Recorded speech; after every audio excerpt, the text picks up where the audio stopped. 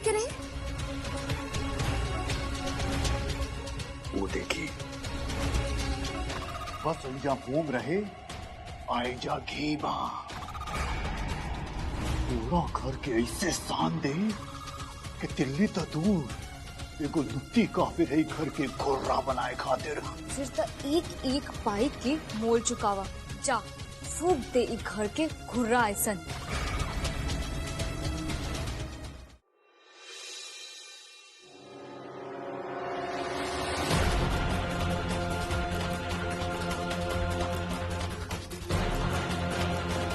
हर हर महादेव।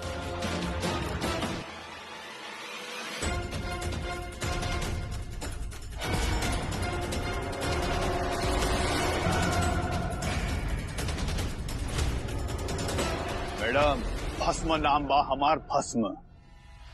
लोग हमरा के कहेले भस्मासुर।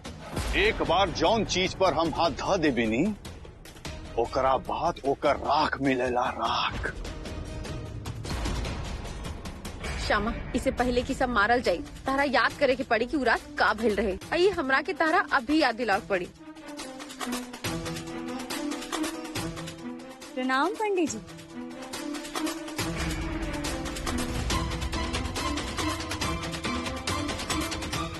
अरे निर्मला, ये तो हमने के घर के पुरोहित नहीं थे।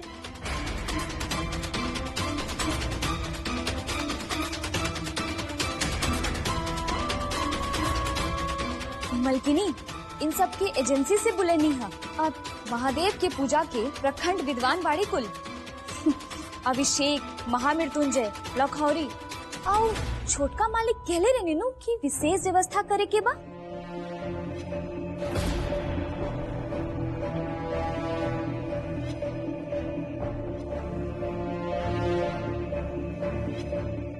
बाबूजी अपन पंडित जी के बुला लेवे के चाहिए। अपन घर के पूजा बानो। ममता तुम निखिल के बोल दा फोन कर दी।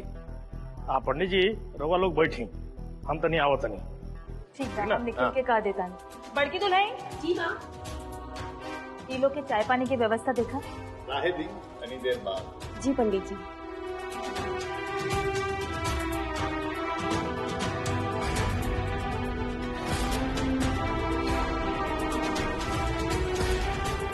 आई आलोक जी भैया कहाँ रहना? अरे कहीं ना रूम में रहनी है। अरे वो पता कर शिवलिंग कहाँ ले पहुँचो। जी भैया फोन कर ले रहनी है। हाँ। बस वहाँ से निकल गई बा। अरे आते हुए लोग रास्ता में होते। वालेकुम महाराज। ए आलोक जल्दी आओ, बहुत काम पड़ा बा, जल्दी आओ।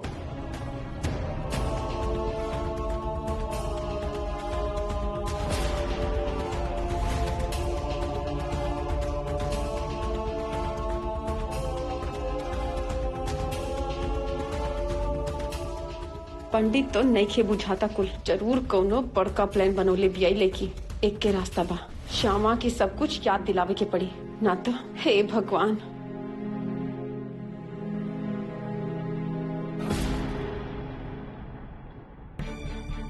तो नाश्ता हो गई? नहीं जाए जाके करें। हम बानी श्यामा साथी। Thank you ma'am.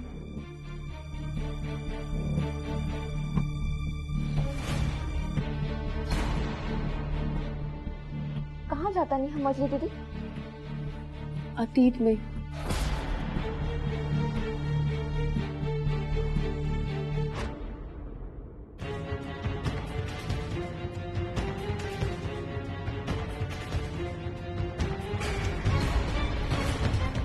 याद करा श्यामा, देखा ही सब कुछ याद पड़ा।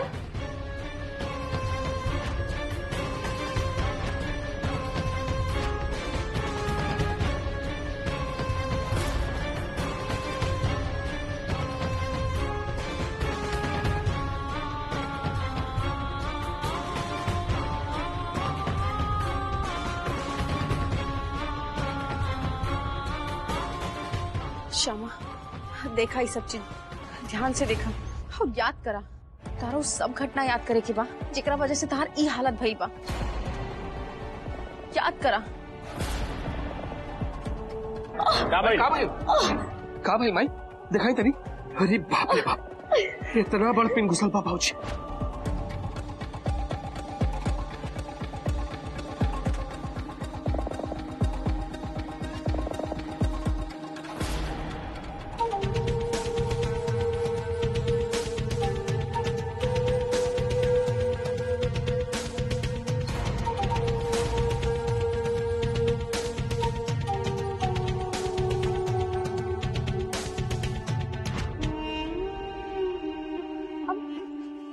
के बा?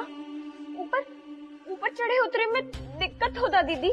श्यामा, असली दिक्कत के तो तहरा भी अंदाजा भी नहीं है। उठा श्यामा, अब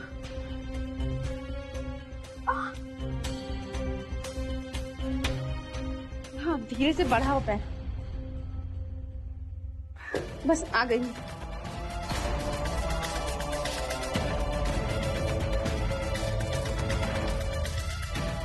बैठाई जा।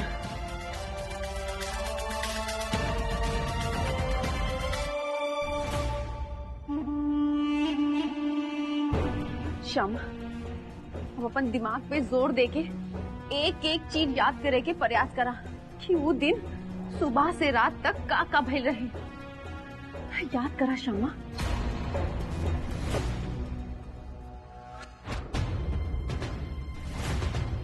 मजली दीदी, आप ऐजा? तहरा इस सवाल करे के अधिकार कहाँ से मिल गई? बाबूजी बुलौले हैं आपके।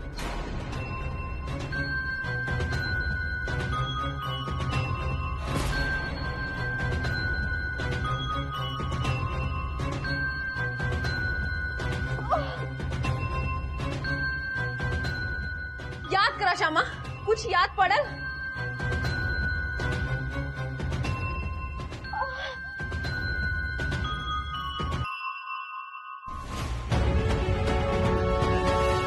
श्यामा, एजे गिरल रहलू तू, बेजान, बेदम, अधमरा, खून से सनाइल। श्यामा, याद करा श्यामा, याद करा कैसे भइल रहे वो सब। ध्यान से देखा इस जगह के श्यामा।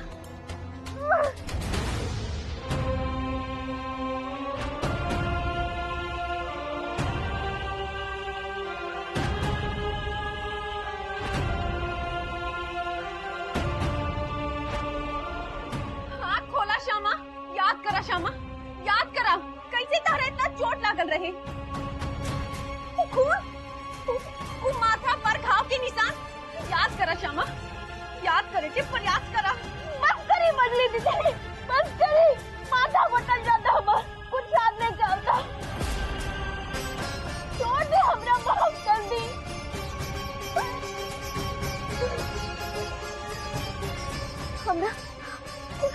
हमरा नीचे ले चलिए। पागल लड़की,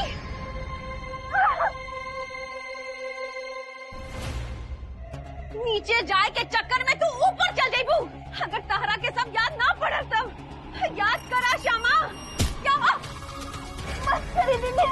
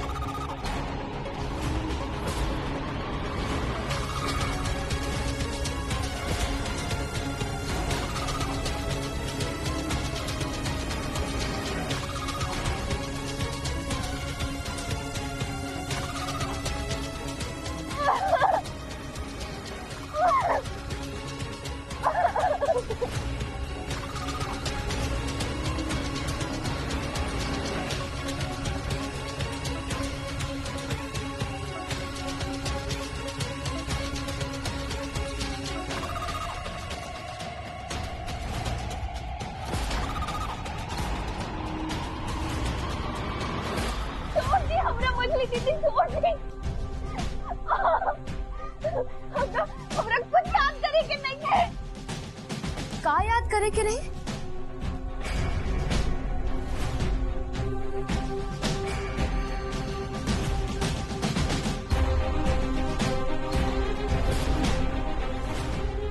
का भइल छोटकी मलकिनी, कुछ बिसर गइल बानी का?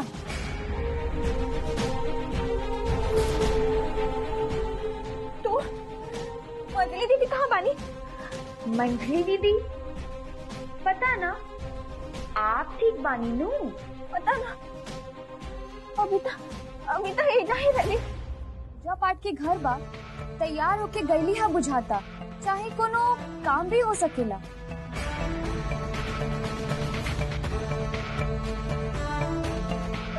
बोला तो छुटका मालिक के बुला दा। हम आपसे दूर कहाँ बानी शमा।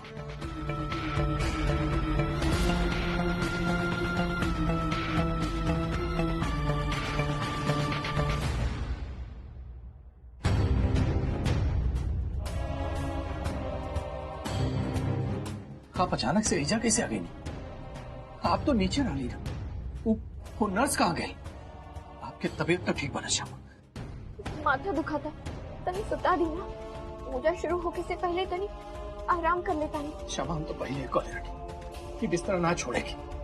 अरे पूजा से ज्यादा जरूरी बा आपके स्वास्थ्य। चुपचाप आराम करे करे। और शिवरात्रि तो हर साल आवेला ना। हर साल माने? ना ना, हमरा यह साल मनावे के बाद शिवरात्रि वो आपके साथ ही। वैसे हो पहली चीज के उत्साह कुछ और ही होला। आराम से देख लेनी हाँ जिद के नतीजा। ऊपर से ही प्यार के चाशनी में डूबल। ये कॉम्बिनेशन बहुत खतरनाक होला। निर्मला जाके नीचे काम धाम देखा।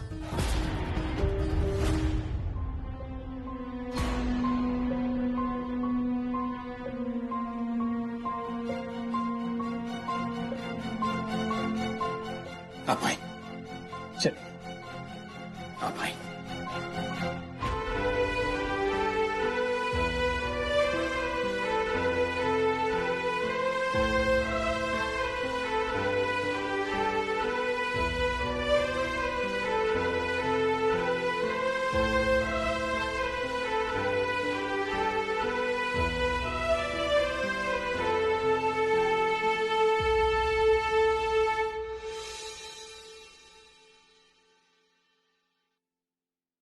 का बात ना शमा? कुछ ना। तबीयत ठीक ना बचा था ना? अभी कहा था नहीं बात मान ले। इस शिवरात्रि की पूजा बहुत लंबा चला। का भल रहे हो?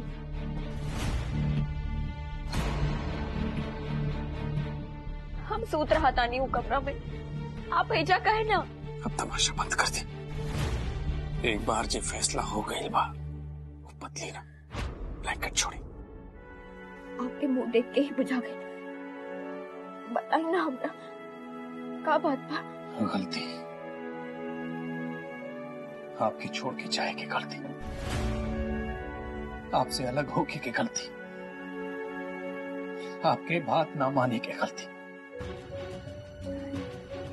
आपसे लड़े की गलती। वो दिन छोटी सी बात पे हम नाराज हो गए लड़े। जैसे चादर तकिया लेके गेस्ट रूम में सोते चल गए लेना। आपकी छोड़ के चल गए रानिया। आपकी याद नहीं की। शमा काश हम आपकी बात मान ले रहा थी। और अगर आप हमारी बात सुन ले रहते तो फिर ही ना होत आत्मग्लानि। हम अपना आप के कभी माफ न कर पाए। अरे आत्मग्लानि काहे? जी भाई वो मैं आपकी गलती ना, वो हमारे भाग्य रहे। शमा आपकी सच में कुछ याद नहीं की। जगह तो आपके प्यार से ही भरल बा। ताई लड़ाई झगड़ा खातिर कहाँ जगह बचल बा? हम आवता नहीं। आप तो नहीं देर आराम करें।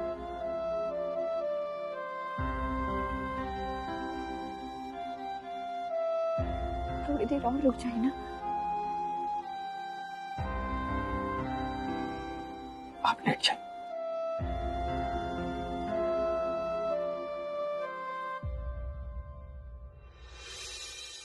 आखिरी मौका पर चूक ना होके के चाहिए।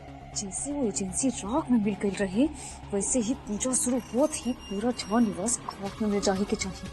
निश्चिंत रही मैडम, ऐसे हमार नाम भस्मासुर नहीं खे। ये बकवास ना हमरा आगे। तारा नाम में कोनो इंटरेस्ट नहीं के हमरा।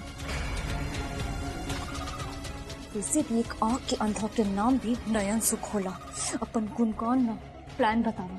मैडम जैसे महाभारत में लक्षागृह के भीतर पांडव के चिंता फूके के प्लान रहे, बस वो प्लान बा। वो देखी।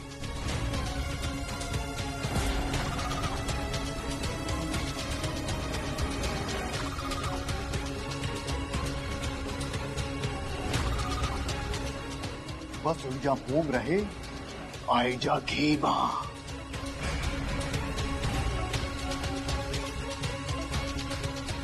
पूरा घर के ऐसे शान दे कि दिल्ली तो दूर एगो लुट्टी काफिर है घर के घोर्रा बनाए खातिर। फिर तो बाबूजी से कह के पैसा दुगुना करवावे के पड़ी।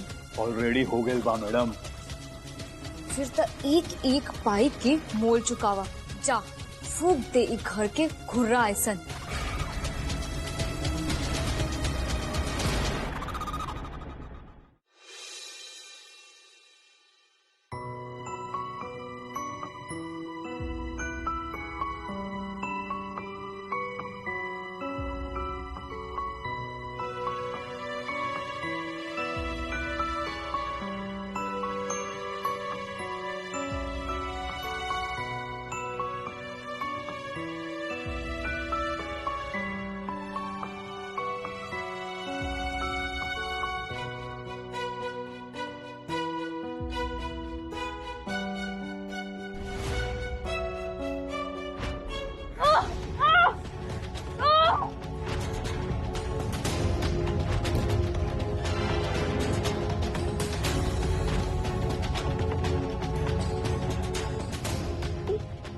कैसन सपना रहे और मजली दीदी काहे चाहिले कि हम वो सब याद करें। एक बार प्रेम से बोली भोले भंडारी की जय।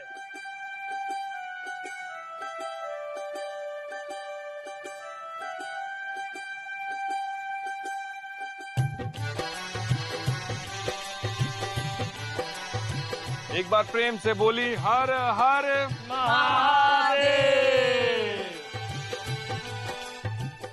वाह, स्वयं रावण द्वारा स्थापित रावणेश्वर शिवलिंग बहुत महत्व बा एकर पूजा के। ऐसे केकर आइडिया रहे ई? और केकर माने पड़ी तहार पसंद के। अच्छा माई, आज के दिन ही भगवान शिव और पार्वती माता के ब्याह भइल रहे ना? बिल्कुल सही। संसार के सबसे सुंदर जोड़ी महादेव और पार्वती। तारा खातिर भी ऐसने जोड़ी के तो कल्पना कैले रानी हम। अब देखा तहार कल्पना साकार हो गई। निखिल और श्यामा के रूप में। आप तो रहे दी, ई बात में कौनो शक नहीं थे कि हमार लड़का साक्षात महादेव के रूप पा। लेकिन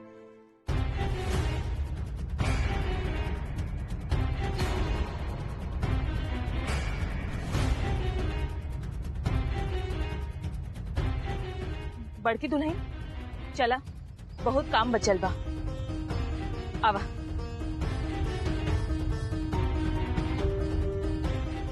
युग बदल जाई लेकिन तहार माई के मन ना बदली बुझाता। भौजी बा बुझाए चाहे ना, लेकिन हमार माई सनहे सनहे बदलती है। एक बार प्रेम से बोली हर हर महादेव।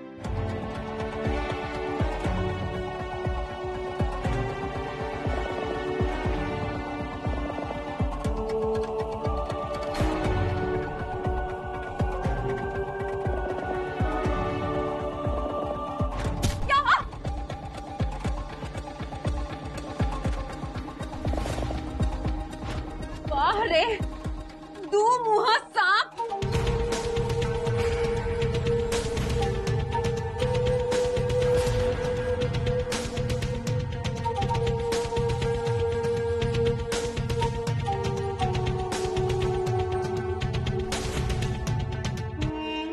दुष्ट बाहर से बंद कर देले बा।